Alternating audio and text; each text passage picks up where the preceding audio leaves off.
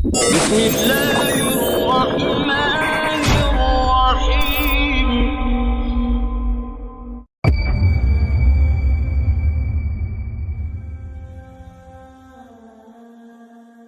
Et en plus de cette âme, qu'est-ce qu'on a d'autre? Qu'est-ce qu'on a d'autre avec nous? Ash-shaytan, c'est exact. Le diable, le démon. Le shaytan, est-ce une réalité ou une fiction? Alhamdulillah, nous croyons en son existence. Le prophète sallallahu ta'ala alayhi wa ala alihi wa sahbihi wa sallam a dit une fois en s'adressant à ses compagnons: il n'y a personne d'entre vous à qui il n'a pas été assigné un compagnon parmi les djinns. Et ils dirent: même toi, ô messager d'Allah? Même moi, dit Rasulullah sallallahu alayhi wa sallam. Mais Allah m'a aidé avec le mien jusqu'à ce qu'il embrasse l'islam.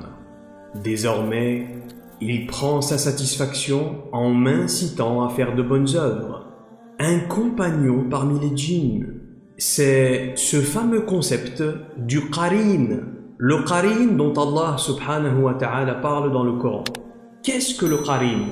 Il y a de nos jours un grand malentendu sur le terme qarin. Qarin signifie en arabe compagnon, tout simplement. Nous avons littéralement une entité qui nous suit partout, le qarin. Mais est-ce que le qarin est forcément diabolique? Réponse: non. En réalité, nous avons aussi un qarin angélique, tout comme le rapporte Abdullah ibn Mas'ud radiyallahu anhu en disant: Rasulullah sallallahu alayhi wa sallam nous a dit, écoutez bien, il n'y a aucun d'entre vous qui n'ait pas avec lui un qarin parmi les djinns et un qarin parmi les anges qui lui ont été attribués. Et aujourd'hui, on va bien évidemment s'intéresser au qarin diabolique. C'est lui qui nous intéresse, car il constitue un ennemi de taille présent en permanence avec nous. D'abord, comment peut-on définir correctement ce qarin? Pour faire simple, écoutez attentivement. Le qarin constitue une manifestation, miniature si vous voulez, d'ash-shaytan, du diable, tout simplement. Un mini-shaytan, assigné à être en permanence dans nos pattes. Et dans nos pattes, c'est plutôt gentil comme expression, car en réalité la plupart du temps, il se balade dans notre poitrine, à l'affût d'une ouverture du cœur pour y pénétrer. Ibn Abbas radiyallahu anhu disait: le démon se situe dans la poitrine de l'être humain. Si ce dernier est dans l'insouciance, dans la rafla, alors il lui insuffle le mal. Mais s'il invoque son Seigneur, alors le démon l'esquive, subhanallah. Donc, chacun d'entre nous aurait, en plus de l'influence des entités du monde de l'invisible, en plus de l'influence des manifestations inférieures de l'âme diabolique, l'âme animale et l'âme prédatrice, souvenez-vous, en plus de tout ça, nous avons avec nous un mini-shaytan qui est quasiment notre ombre. Il est toujours avec nous. Et laissez-moi vous dire une chose, ça va peut-être choquer certains d'entre vous, mais nous n'avons pas qu'un seul qarin avec nous. Ils peuvent être plusieurs, car Allah subhanahu wa ta'ala dit dans son verset: Ba'da a'udhu billahi minash shaytanir rajim, bismillahir rahmanir rahim, wa man ya'shu 'an dhikrir rahman nuqayyid lahu shaytanan fahuwa lahu qarin. En ce qui signifie: et quiconque s'éloignera du rappel d'Allah, nous lui assignons un shaytan qui sera pour lui un compagnon. Autrement dit, qui ne le quitte jamais. Et qu'est-ce que le rappel d'Allah? La prière constitue d'abord, par définition, l'exercice principal de rappel du divin, avant les actes surérogatoires que sont les aumônes, les invocations, le dhikr, la lecture du Coran, etc., etc. Donc, en plus de notre shaytan intime qui nous est assigné à tous par défaut, un autre qarin supplémentaire est assigné à celui qui se détourne de la prière, par exemple. Écoutez attentivement, c'est très important.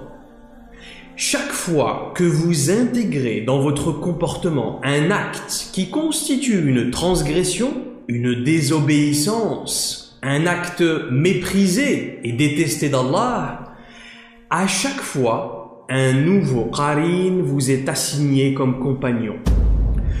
Celui qui pratique la fornication, par exemple, lui est assigné un qarin qui l'incitera à forniquer encore et encore plus. Celui qui fume, lui est assigné un qarin qui l'incitera à fumer encore plus. Celui qui ment, celui qui vole et ainsi de suite. Et donc, malheureusement, la plupart des gens n'ont pas conscience de cela. Et donc, on va avoir des gens qui vont accumuler autour d'eux les qarines avec leurs péchés répétitifs. Et ces gens-là, wal'iyadu billah, sont en réalité en de si mauvaises compagnies. Une accumulation de compagnons diaboliques qui les suivent constamment. Et bien sûr qui exercent en permanence de leur influence diabolique sur eux. Quel genre de quotidien ça doit être? Et c'est pour cela que l'ennemi numéro 1 des gens, la plupart du temps, eh bien c'est ce mental pollué, obstrué par toutes ces voix, toutes ces pensées, toutes ces insufflations diaboliques. Et on ne s'en sort plus. Et on finit par développer des comportements compulsifs. Qu'est-ce qu'un comportement compulsif? C'est quand c'est plus fort que vous. Vous ne pouvez tout simplement pas vous empêcher de le faire. Vous voudriez arrêter de le faire, mais vous le faites quand même. Car l'influence est trop grande. L'influence de votre fixation subconsciente d'abord, dans votre cerveau, puis l'influence de votre âme, puis l'influence de votre qarin, et enfin, l'influence des entités du monde de l'invisible. Donc plus vous aurez de qarin derrière vous, plus vous aurez des comportements compulsifs. Et donc moins vous aurez des comportements en conscience. Comment tuer ces qarins qui nous suivent? La première étape, c'est d'arrêter immédiatement de pratiquer ce vice. Ne vous attendez pas à ce que les voix s'arrêtent si vous n'avez pas encore pris la décision d'arrêter. Vous devez impérativement placer toute votre volonté dans un engagement définitif d'arrêter. Cette première étape va mettre votre qarin en état de jeûne, car le qarin, souvenez-vous, se nourrit en vous incitant à commettre le péché. Il s'alimente littéralement de l'énergie négative engendrée par votre péché. Maintenant, à ce moment-là, quand vous aurez pris cette décision définitive, attention, attendez-vous à un regain de force de la part de ce qarin. Le fait de le priver de son alimentation ne va pas être une tâche facile pour vous. Pourquoi? Car comme toute créature qui meurt de faim, il va vous lancer son ultime et dernière attaque pour survivre. Et c'est pourquoi la période dans laquelle on essaye d'arrêter est difficile. C'est une lutte intérieure en permanence. Soit vous l'emportez et le qarin disparaît, soit vous ne supportez pas ces voix et vous retournez à votre mauvaise habitude. Écoutez attentivement. Quand vous luttez et luttez encore jusqu'à passer un cap et vous sentir de nouveau sur le droit chemin, eh bien c'est tout simplement que vous venez de tuer le qarin en question. Ce moment où vous sentez d'un coup que vous êtes plus libre et que vous avez repris le contrôle de vos actions constitue la mort de votre qarin. Et il vous faut mener cette lutte intérieure contre tous vos qarins.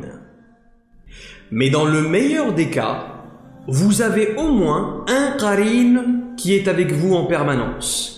C'est votre shaitan intime, votre compagnon désigné pour cette expérience de vie. Il est toujours avec vous. Alors, est-ce que l'un d'entre nous a déjà vu son shaitan intime? Probablement jamais. Et pourtant, il est bien là. Et si je prétends croire en la parole d'Allah, alors l'existence de ce shaitan est une certitude pour moi. Mais si je suis de ceux qui ne croient qu'en la science concrète et empirique, la science qui n'est validée que si elle est expérimentée dans les laboratoires, alors, malheureusement pour moi, mon expérience de vie se restreindra au monde superficiel, le monde de la 4D, le monde matériel. Car selon cette logique-là, la science sait mieux que tout. Et si la science ne l'explique pas, et si la science ne le comprend pas, c'est sûrement que ça ne doit pas exister. Et il fut un temps où les scientifiques croyaient qu'il n'y avait que le monde empirique, le monde matériel superficiel. Et ils ne croyaient qu'en la science empirique. Et ils ne croyaient qu'en la physique empirique et les lois empiriques. Mais les scientifiques savaient que quelque chose leur échappait.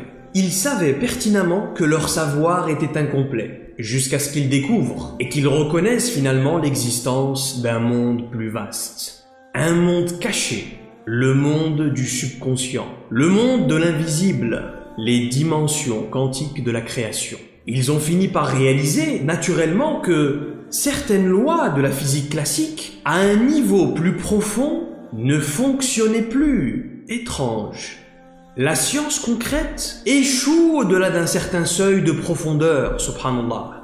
Par exemple, la science a échoué à expliquer et à comprendre ce qu'il y avait dans cet espace entre le noyau et les électrons d'un atome. Et ils ont donc été obligés de reconnaître l'existence de la physique quantique. Même si certains d'entre eux ont refusé de l'accepter au début, y compris Einstein lui-même, qui disait au départ « Non, Dieu ne joue pas au dé ». Car dans la science quantique, il y a aussi énormément de statistiques et de probabilités. C'était le point de vue d'Einstein.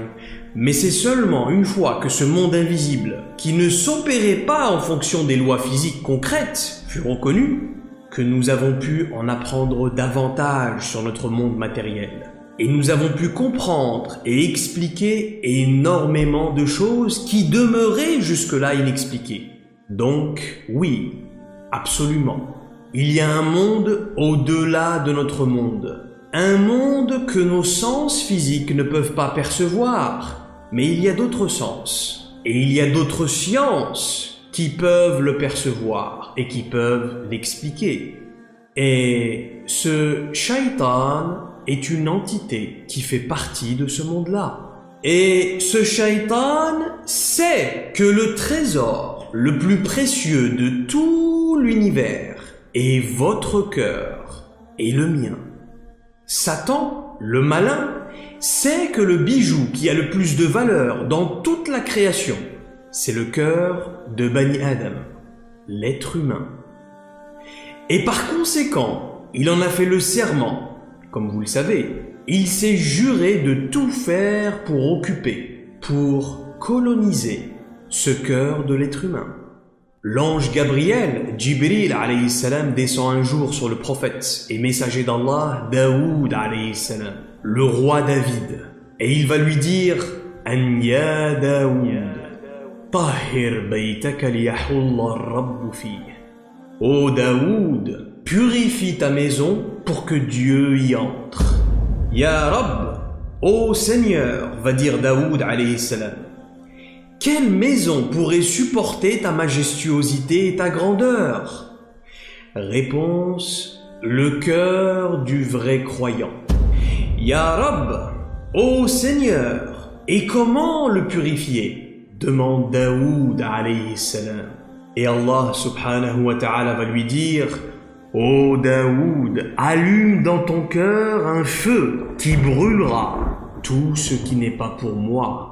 Et dans le très célèbre hadith Qudsi, Allah subhanahu wa ta'ala nous dit « Ni ma terre ni mes cieux ne peuvent me contenir, mais le cœur de mon serviteur croyant, lui, me contient. » Et on prend conscience petit à petit que ce cœur constitue en réalité un espace en nous dans lequel se manifeste le divin. Mais encore faut-il que cette maison soit nettoyée.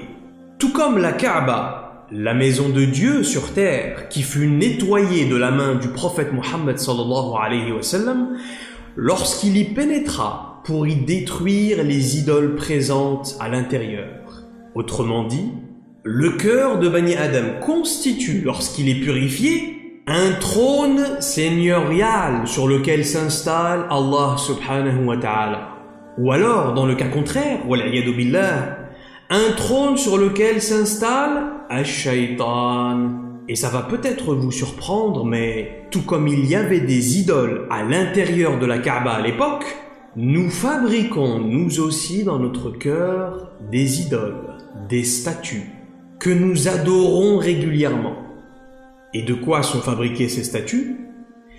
Ces statues sont de nature énergétique. Elles sont composées de l'énergie négative engendrée par nos mauvaises actions.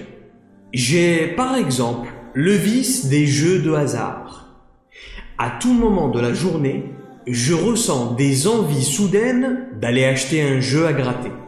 Eh bien, chaque fois que je me soumets à mes pulsions d'aller gratter un blackjack au tabac, j'engendre la création de cette énergie négative qui va venir alimenter cet égrégore initial que j'ai créé en moi, ce point noir dans mon cœur.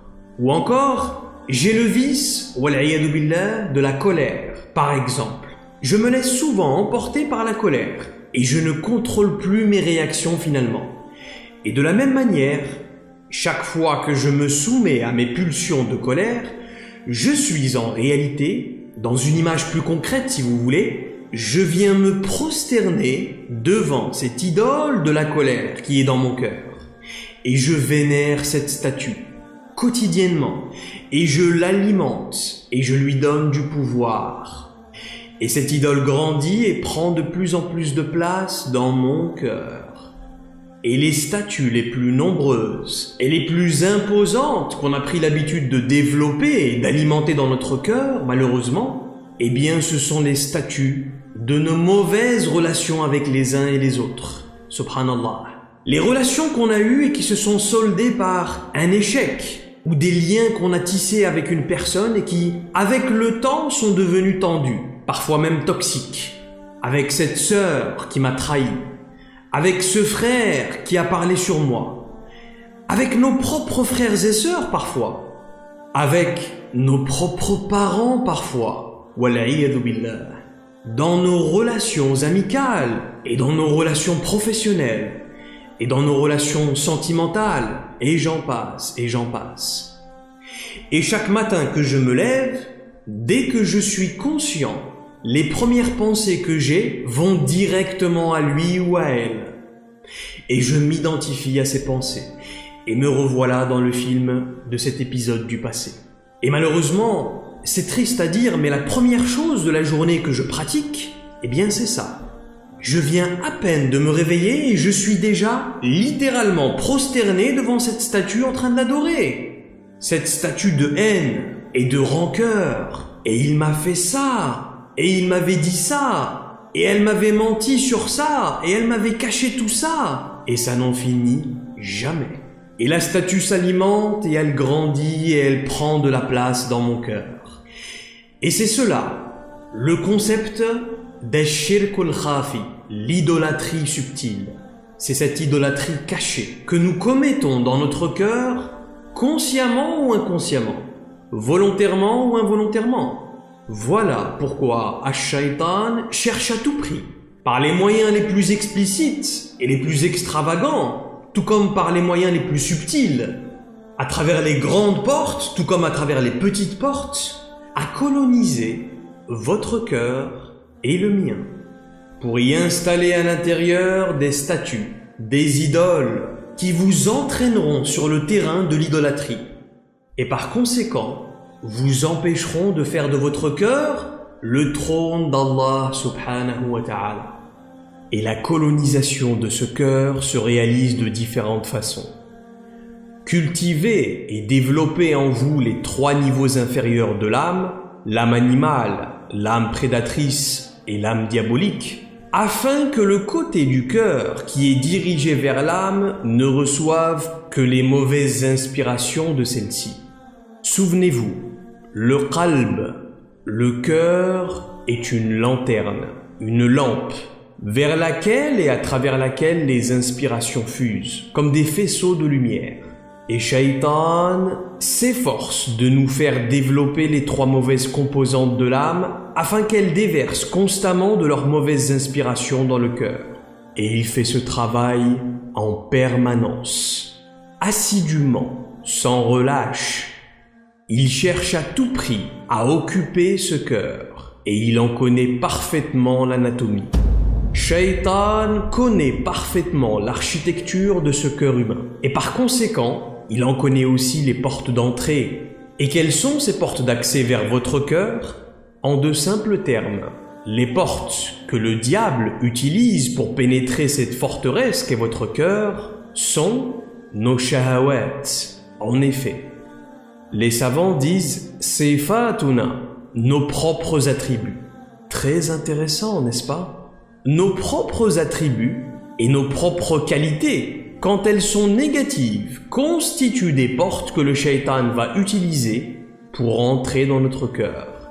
Certains de ces attributs sont les vices et les traits de caractère que nous avons mentionnés, et nous choisissons consciemment de les avoir, n'est-ce pas? Comment? En cultivant et en développant les 3 niveaux inférieurs de notre âme, tout simplement. Et parce que nous choisissons de les avoir, nous choisissons d'inviter le shaitan à l'intérieur de notre cœur. Nous acceptons, nous appelons, nous invitons le diable, shaitan, dans notre cœur. Et c'est pourquoi Allah subhanahu wa ta'ala dit dans ce verset que nous avons déjà cité dans une conférence précédente: Inna ibadi laysa laka alayhim sultanun illa man ittaba'aka minal ghawin. Sur mes serviteurs, tu n'auras aucune autorité, sauf ceux qui te suivront parmi les corrompus.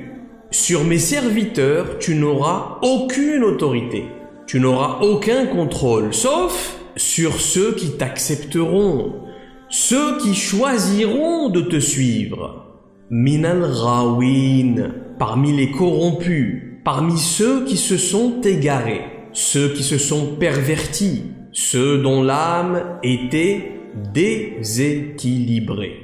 Ils ont penché vers les niveaux inférieurs de leur âme et de ce fait, ils ont choisi d'ouvrir leur cœur à la colère, à l'avarice, à l'orgueil, au mensonge, à la corruption, etc., etc. Et ils ont donc choisi d'ouvrir leur cœur au shaitan. Et shaitan approche et il trouve la porte grande ouverte. Et il entre sereinement et il s'installe confortablement et profondément. Voilà comment Ash-Shaytan entre dans votre cœur et dans le mien. Ne l'oubliez jamais. S'il y a une chose que vous devez retenir de cette conférence, c'est celle-ci. Shaytan entre dans notre cœur à travers une invitation. Et plus on va continuer à développer ces traits de caractère négatifs, plus le shaitan va s'installer en profondeur dans notre cœur. Et quand le shaitan s'installe profondément dans le cœur, alors le vrai se confond avec le faux. Et le faux devient le vrai. Car en réalité, lorsque le cœur est occupé par shaitan, ce cœur devient voilé. Vous savez ce que ça veut dire, n'est-ce pas? Ça veut dire que la lumière n'y passe plus. L'information véridique, le savoir et la connaissance deviennent inaccessibles car la vision est faussée à ce moment-là, car la raison est obscurcie. Même le système cognitif est affecté. Et notre analyse des choses, notre discernement, notre sens du jugement s'obscurcissent. Et on va commettre des actes, et on va blesser des gens, et on va être injuste dans certaines situations sans même en avoir conscience. Non, j'ai bien fait de le faire, c'est moi qui ai raison. Et c'est pourquoi Allah subhanahu wa ta'ala dit dans le Coran: وَلَا تُطِعْ مَنْ أَغْفَلْنَا قَلْبَهُ عَنْ ذِكْرِنَا وَاتَّبَعَ هَوَاهُ وَكَانَ أَمْرُهُ فُرْطًا. N'obéis pas à celui qui, premièrement, a le cœur voilé et dont nous avons rendu le cœur de celui-ci insensible à notre dhikr, notre rappel. Et deuxièmement, وَاتَّبَعَ هَوَاهُ, celui qui a suivi ses hawa, ses pulsions, ses désirs. Autrement dit, celui qui suit les pulsions de son âme animale. وَكَانَ أَمْرُهُ فُرْطًا, car son discernement est faussé. Et les savants disent qu'effectivement, le fait de développer les 3 mauvaises composantes de l'âme détériore même nos habiletés cognitives, notre intellect, notre clarté d'esprit, notre jugement rationnel, en conséquence de développer ces 3 mauvaises composantes de l'âme. La première étape, c'est quand Shaitan attaque le cœur de l'individu et qu'il s'y installe profondément. Et même si la personne est pieuse, masha'Allah, même si son khuluq est excellent, Shaitan va quand même pouvoir l'attaquer. Comment? Avec le bon timing. Écoutez attentivement. Le diable est champion du monde, toutes catégories confondues, sur le ring de la lutte psychologique. Il va attendre que vous baissiez juste un peu la garde et boum, avant même que vous en ayez conscience, il a déjà lancé son attaque. En d'autres termes, le malin attaque quand on est en rafla, quand on est dans un moment d'inattention, quand on oublie Allah un instant, quand on est insouciant du facteur divin, distrait par le monde d'ici-bas, par les émotions que la situation crée en nous. À ce moment précis, Shaitan est capable de pénétrer dans le cœur.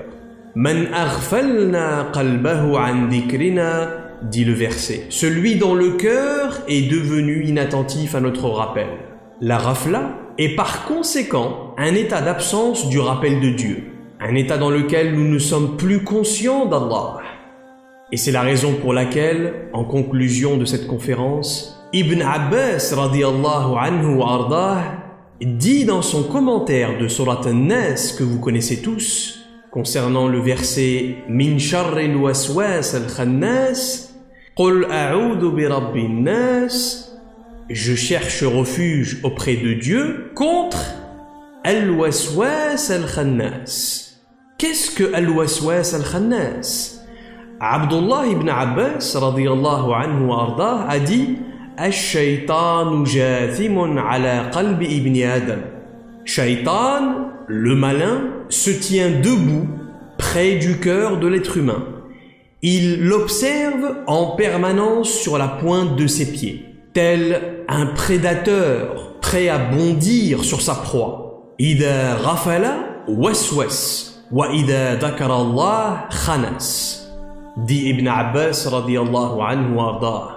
Lorsque l'individu est dans un état d'inattention, lorsqu'Allah et le rappel d'Allah ne font plus partie de l'environnement de cet instant, Shaitan waswas, il attaque, il entre dans le cœur, et il suggère, et il intrigue, et il obscurcit la situation, et il sème le doute.